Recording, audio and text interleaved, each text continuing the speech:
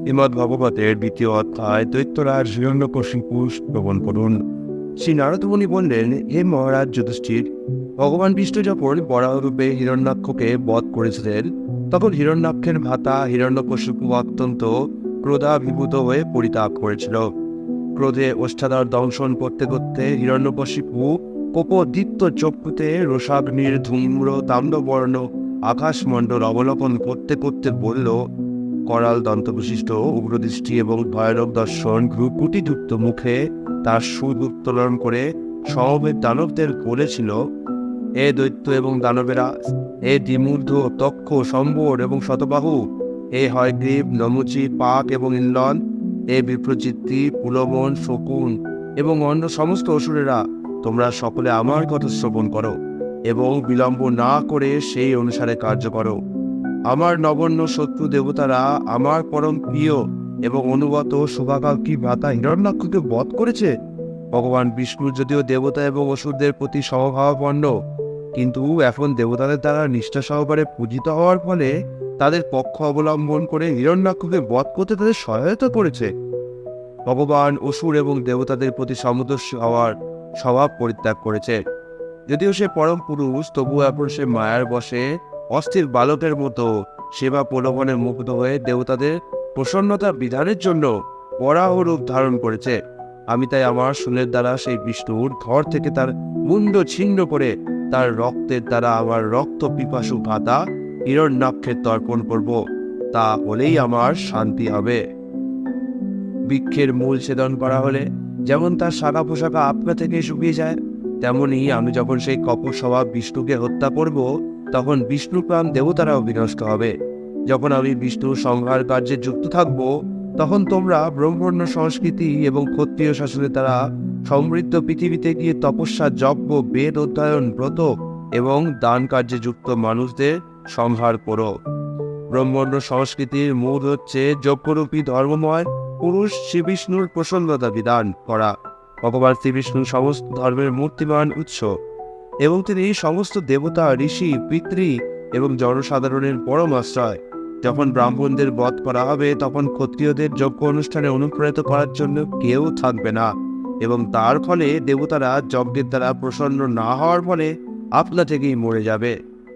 যেখানে যেখানে গাভী, ব্রাহ্মণ, বেদ ও বেদবিহিত বর্ণাশ্রম ধর্মের অনুষ্ঠান দেখবে, সেই স্থানে গিয়ে আগুন জ্বালিয়ে দাও এবং উপজীব্য বৃক্ষসমূহ সমস্ত কেটে ফেলো। তখন সংহার প্রিয় দানবেরা হিরণ্যকশিপুর আদেশ শ্রদ্ধা সহকারে শিরোধার্য করে এবং তাকে প্রণাম করে তার আদেশ অনুসারে জীবহিংসায় প্রবৃত্ত হয়েছিল। দৈত্যেরা নগর, গ্রাম, গোচারণ ক্ষেত্র, উদ্যান, কৃষিক্ষেত্র, প্রাকৃতিক অরণ্য, ঋষিদের আশ্রম, মূল্যবান ধাতুন খনি, কৃষকাবাস, উপত্যকাস্থ গ্রাম এবং গোপপল্লী দগ্ধ করেছিল। তারা রাজধানী সমূহও দগ্ধ করেছিল। কোনো কোনো দানব খনিত্র দ্বারা সেতু, প্রাচীন, পুরোদ্বার সমূহ ভেঙে ফেলেছিল। কেউ কেউ কুঠার হাতে আম, কাঁঠাল প্রভৃতি উপজীব্য বৃক্ষসমূহ কেটে ফেলেছিল। কোনো কোনো দৈত্য জ্বলন্ত কাঠ নিয়ে প্রজাদের বাসস্থান দগ্ধ করেছিল। এইভাবে হিরণ্যকশিপুর অনুচরদের দ্বারা বারবার অস্বাভাবিকভাবে উপদ্রুত হওয়ায় মানুষেরা বৈদিক কার্যকলাপ বন্ধ করে দিয়েছিল। তার ফলে যজ্ঞভাব না পেয়ে দেবতারাও অত্যন্ত বিচলিত হয়েছিলেন। তারা তখন স্বর্গলোক পরিত্যাগ করে দৈত্যদের অলক্ষিতভাবে তাদের উপদ্রবে ক্ষয়ক্ষতি দর্শন করার জন্য পৃথিবীতে বিচরণ করতে লাগলেন। মাতার মৃত্যুতে অত্যন্ত দুঃখিত হয়ে হিরণ্যকশিপু তার অন্ত্যেষ্টিক্রিয়া অনুষ্ঠান করে মাতুষ্পুত্রদের সান্ত্বনা দেওয়ার চেষ্টা করেছিল। হে রাজন, হিরণ্যকশিপু অত্যন্ত ক্রুদ্ধ হয়েছিল, কিন্তু যেহেতু সে ছিল একজন মস্ত বড় রাজনীতিজ্ঞ, তাই সে জানত কিভাবে স্থান এবং কাল অনুসারে আচরণ করতে হয়। মধুর বাক্যে সে শকুনি, সম্বর, দৃষ্টি, ভূত সন্তাপন, ঋক, কালনাভ, মহানাভ, বরিশুল্ক এবং উৎকর্ষ নামক তার ভ্রাতুষ্পুত্রদের এবং তাদের মাতা এবং তাদের ভাতৃবধূ বিষাবানু ও তার নিজের মাতা দিতিকে সান্ত্বনা দিয়ে বলেছিল।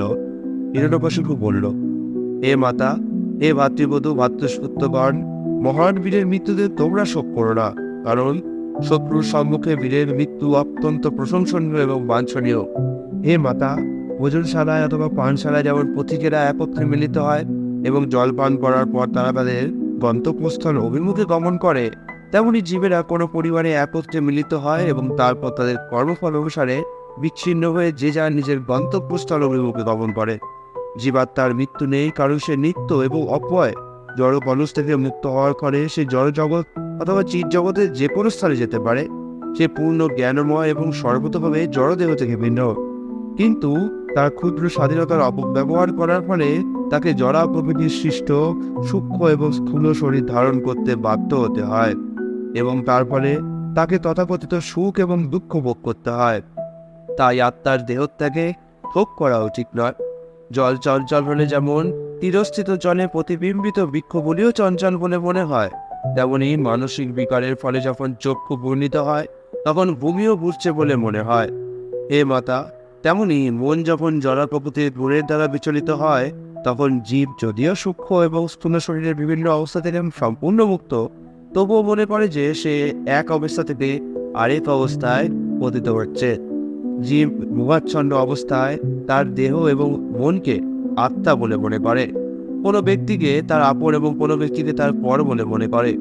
এই ভ্রান্তির ফলে সে দুঃখ ভোগ করে এবং প্রকৃতপক্ষে তার এই মনোভাবেই এই জড়জগতে তথাকথিত সুখ এবং দুঃখের কারণ হয়ে ওঠে।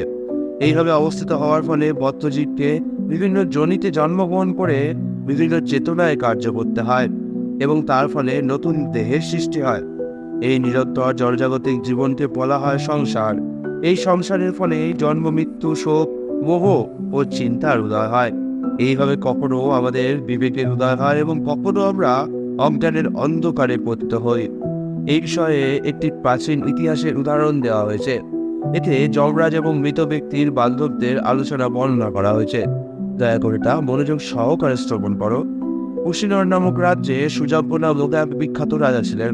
তিনি যুদ্ধে শত্রুদের হস্তে নিহত হলে তার আত্মীয় স্বজনেরা তার মৃতদেহের চারদিকে বেষ্টন করে শোক করছিলেন।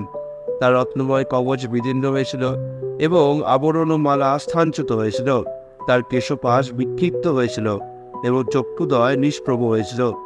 এইভাবে শত্রুর বাণের দ্বারা হৃদয় নির্বিণ্ড হয়ে নিহত সেই রাজার রুধিরাপ্লুত কলেবর যুদ্ধক্ষেত্রে শহীদ ছিল।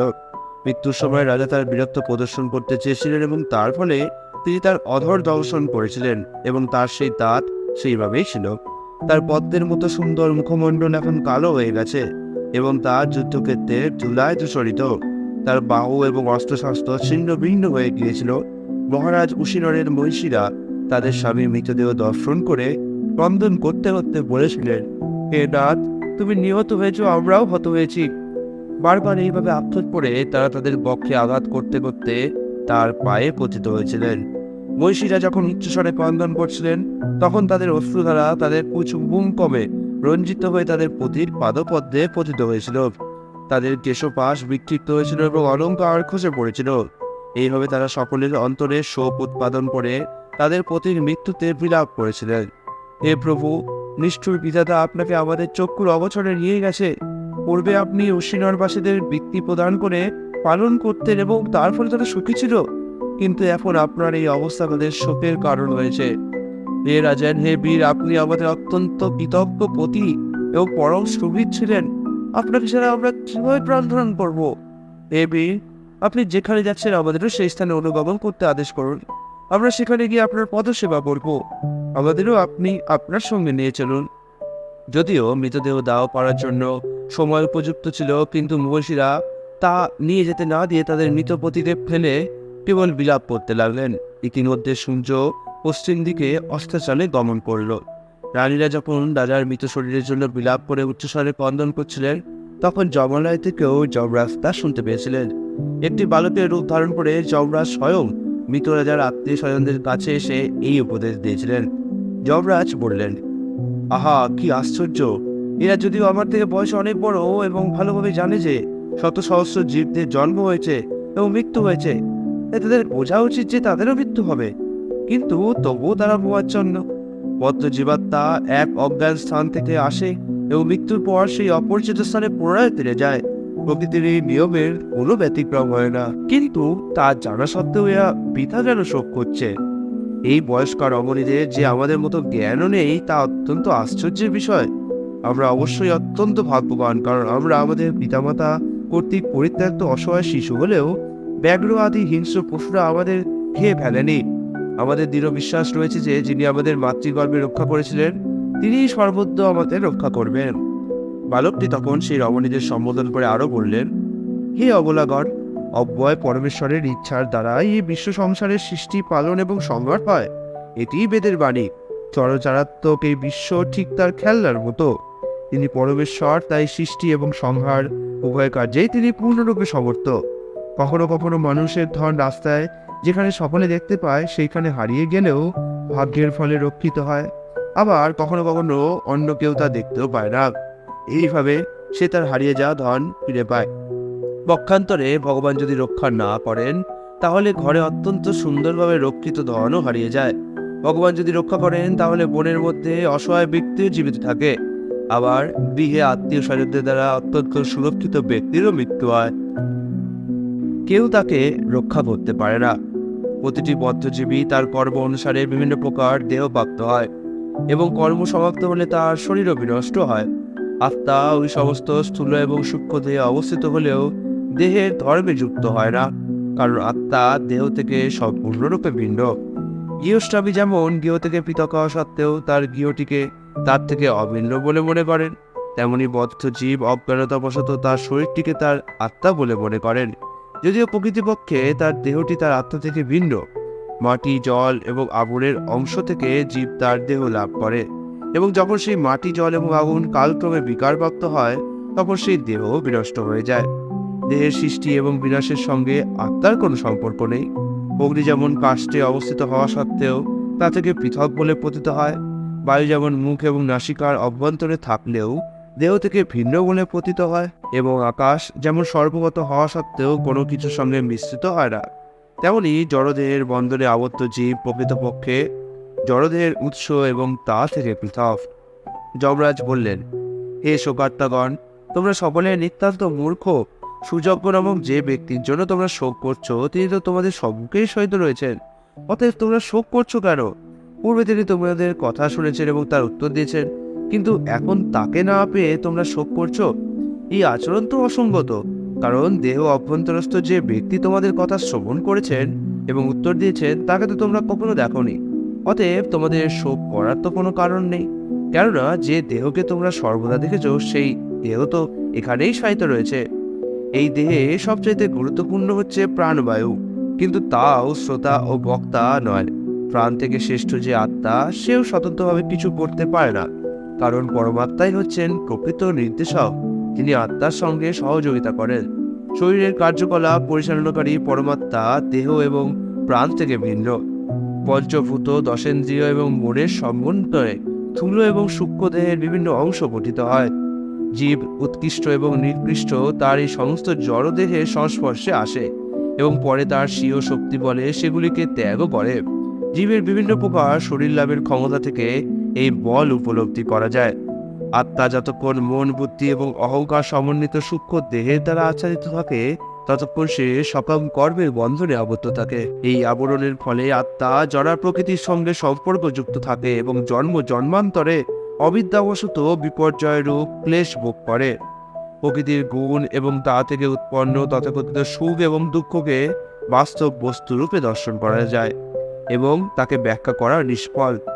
জাগ্রত অবস্থায় মন যখন বিচরণ করে এবং মানুষ নিজেকে অত্যন্ত গুরুত্বপূর্ণ বলে মনে করে, অথবা রাত্রি নির্দিত অবস্থায় সে যখন সুন্দরী রমণীকে সম্ভোগ করছে বলে দর্শন করে, তা সবই নিছক স্বপ্নমাত্র।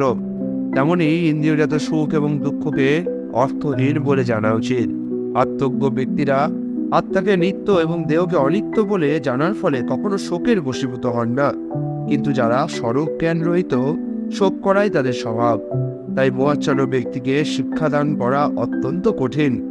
এক সময় একটি ব্যাত ছিল, যে আহারের প্রলোভন দেখিয়ে পাখিদের তার জাল দিয়ে ধরত। সে যেন মৃত্যুর দ্বারা প্রেরিত পক্ষী ঘাতকরূপে নিযুক্ত হয়েছিল। বনে বিচরণ করতে করতে সেই ব্যাত একজোড়া পুলিঙ্গ পক্ষীকে দেখতে পেল।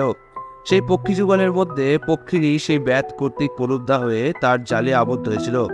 এ সুযজ্ঞের মহিষীগণ, পুলিঙ্গ তার ভার্যাকে বিধিবশে মহা বিপদগ্রস্ত দর্শন করে অত্যন্ত দুঃখিত হয়েছিল।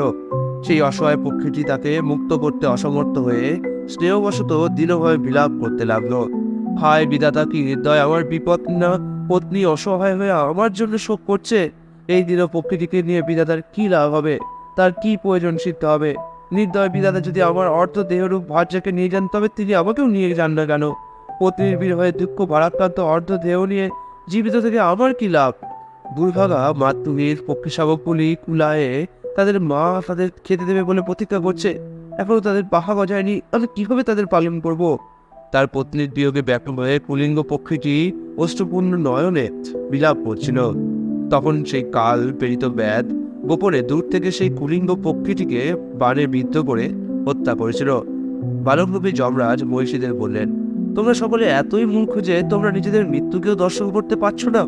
অজ্ঞানতা বশত তোমরা বুঝতে পারছো না যে তোমাদের পতির জন্য 100 বছর ধরে শোক করলেও তোমরা আর তাকে ফিরে পাবে না, এবং ইতিমধ্যে তোমাদের আয়ুও শেষ হয়ে যাবে। হিরণ্যকশিপু তখন বলল, যমরাজ যখন বালক রূপে সুযোগের মৃতদেহকে ঘিরে থাকা আত্মীয় স্বজনদের এইভাবে উপদেশ দিয়েছিলেন, তখন তারা তার সেই দার্শনিক বাণী শ্রবণ করে বিস্ময়ে হতবাক হয়েছিল। তারা বুঝতে পেরেছিল যে এই জড়জগতে সবকিছুই অনিত্য এবং কোনো কিছুই চিরকাল থাকবে না। সুযজ্ঞের মূর্খ আত্মীয় স্বজনদের এইভাবে উপদেশ দিয়ে বালকরূপী যমরাজ সেখান থেকে অন্তরিত হয়েছিলেন। তখন রাজা সুযজ্ঞের আত্মীয় স্বজনেরা রাজার অন্ত্যেষ্টিক্রিয়া সম্পাদন করেছিলেন। অতএব তোমাদের দেহের জন্য শোক করা উচিত নয়, তা সে নিজেরই হোক বা পরেরই হোক। অজ্ঞানতা বশত মানুষ আমি কে, অন্যেরা কে, কি আমার কি অন্যের, এইভাবে দেহজনিত ভেদভাব সৃষ্টি করে। শ্রী নারদ মুনি তখন বললেন, হিরণ্যকশিপু ও হিরণ্যকের মতাদিতি তার পুত্রবধূ অর্থাৎ হিরণ্যকের পত্নী রুষভানু সহ হিরণ্যকশিপুর সেই উপদেশ শ্রবণ করেছিলেন।